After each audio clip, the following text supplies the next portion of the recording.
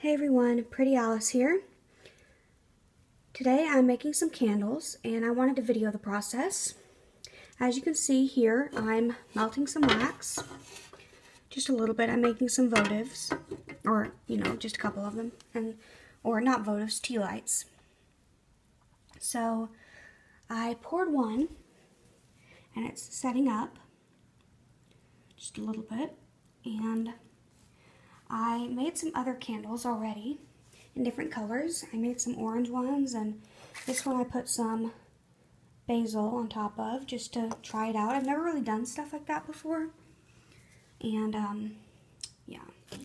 This one I made green and two-tone.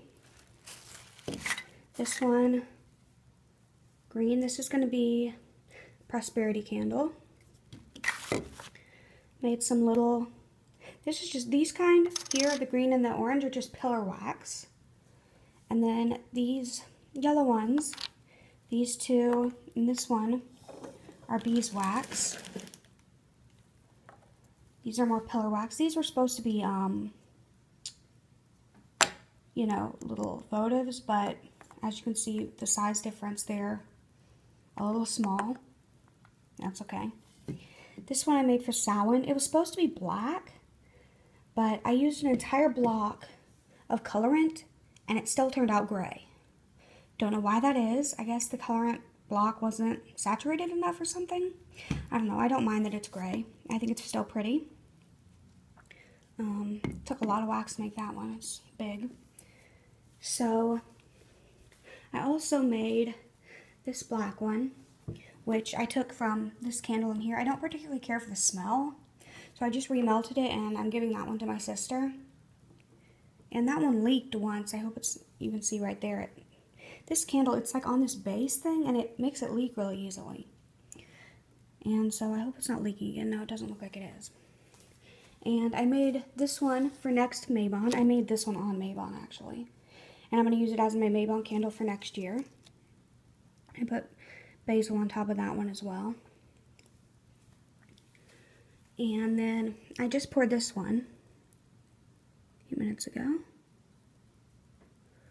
And it's purple. It's vanilla scented for my sister. I told her I was making candles, and she was like, oh my gosh, you have to make me some. So, I'm going to make another one. And once this is set up and I take it out of the mold, I'm going to use the mold to make another one. So I'll come back when I do that. Okay, I'm back. I guess I forgot to say, these beeswax ones are scented in lemongrass. This one for Samhain is scented in cinnamon. And these are scented in pumpkin spice. And these green ones are scented in a blend of orange, cinnamon, and a little bit of clove. And this is just a bag of stuff, candle making stuff. But, yeah. I really like how this one turned out. I did it two-tone, but when this top wax melted, the bottom wax, they blended together, and it made this, line in the middle. I really like how that turned out. I think it's really pretty. But it ended up with yellow spots on the top because of the colorant, I guess, didn't melt all the way in or something. I don't know. I still have to cut the wicks on this one and some of these little ones, but yeah. And in case I didn't say, the purple one over there is vanilla. Okay, I'll be back with when I pour the other one. Okay, so I just poured the pink one. Decided to use this square container. I've had problems with this one leaking before, which is why I didn't want to use it originally. But I decided to go ahead and use it. I put the sealant on the bottom real good. Hopefully it won't leak. If it does start leaking, I don't know. But so far it hasn't, so it's looking good. I just poured it though. This one is scented in crisp apple rose. This one from Brambleberry. That's where I get most of my scents. This one's going to be for my sister, as well as the purple vanilla one. And it smells really good.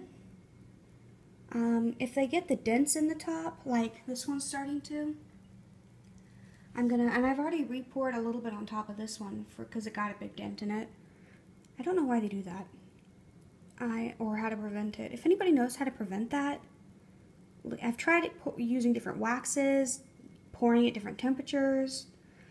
If anyone knows how to prevent that, please leave a comment. So I leave a little bit of wax out and to pour on top of them when that happens. But a lot of the time when I do that, they end up getting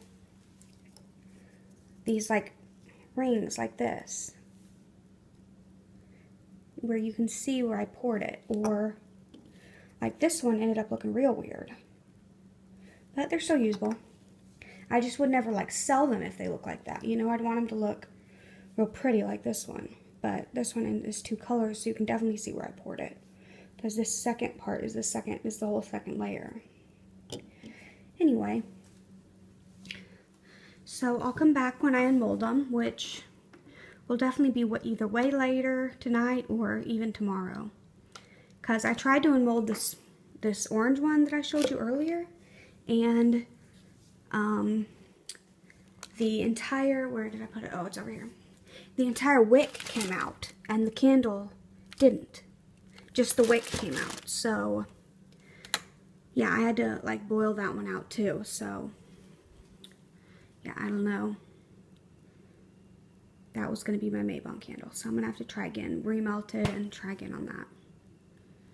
But that's why I'm going to wait a really long time on these, maybe even, you know, wait overnight and everything. So I'll come back when I unmold them though and show you the finished product. Okay guys, I'm trying to get on my Maybon candle. I'm about to pour it. I would pour it on camera, but I can't hold the camera and pour it at the same time. So there's that one setting up. Poured a new layer on that one.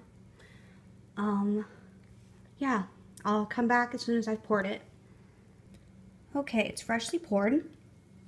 And since there was basil on the top before and I remelted the whole thing, it's now got basil within the actual candle, which is fine. There's not a lot in there, so it's not going to affect it. And I'm going to, I let it sit and it'll harden a little bit. It's going to get that dip in it again probably, and then I'll pour a little bit more on top, and then hopefully I'll be able to sprinkle a little bit more basil on there. This one looks like it's doing good. It's not getting the dip, and well, it did, and then I poured a little bit, just a real thin layer so that it'd cover it, and then not thick enough so that it'd get the dip again. So it looks like it's doing good. I don't want to touch it and make a dent in it, but it's not real warm anymore. This one probably is. Yeah, this one's still warm. And this one, let's see. I'm sorry, my camera, it's whatever you focus on when you start videoing, it stays in that focus line. I don't know why it doesn't, whatever. I need to figure that out. It's not actually a camera, it's my phone. But I've got my temperature gun there, and I've got some of these set up because I've got some extra wax, which what I do is I pour it on a plate because I've only got one of those pitchers. So in order to make the candles, I'll melt the wax once, and then I'll pour the extra on a plate so I can make the next candle. And then that way when I need to remelt the one to pour back on the top, I can just, you know, take it off the plate and put it back in there, which is kind of weird, I know, but it works. I need to get a couple new pitchers, and I'd like to get a couple more molds like this, but because this one is really stubborn, so I don't really know if I want to do that, but I mean I do. What I really need to get is the mold release spray, but I don't know where to get that other than online. Okay, well, I'll come back when I unmold them all, probably tomorrow. Okay, I wanted to show you the wax I've been using from New Directions Aromatics. It's just this Pillar Blend candle wax. I bought 10 pounds, which doesn't actually last. You think, oh, that's a lot, but it doesn't actually last very long because these ones here take 1.5 pounds. It's 6.5 by 2. This is a 2 by 6.5. It says it on there. Or maybe, no, I'm sorry, it's 3 by 3 by 6.5. And this is 3 too. This is 3. I'm sorry.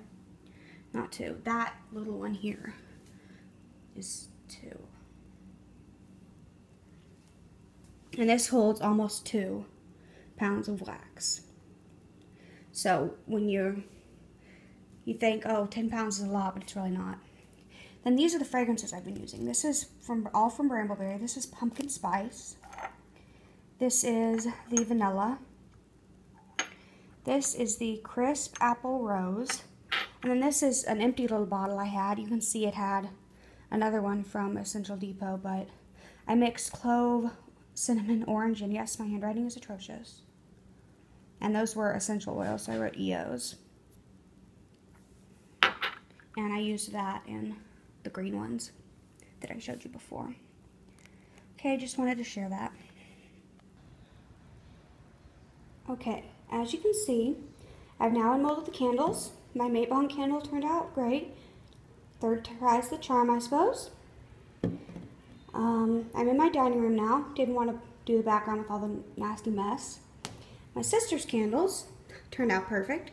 I got some nice, candle holders for them.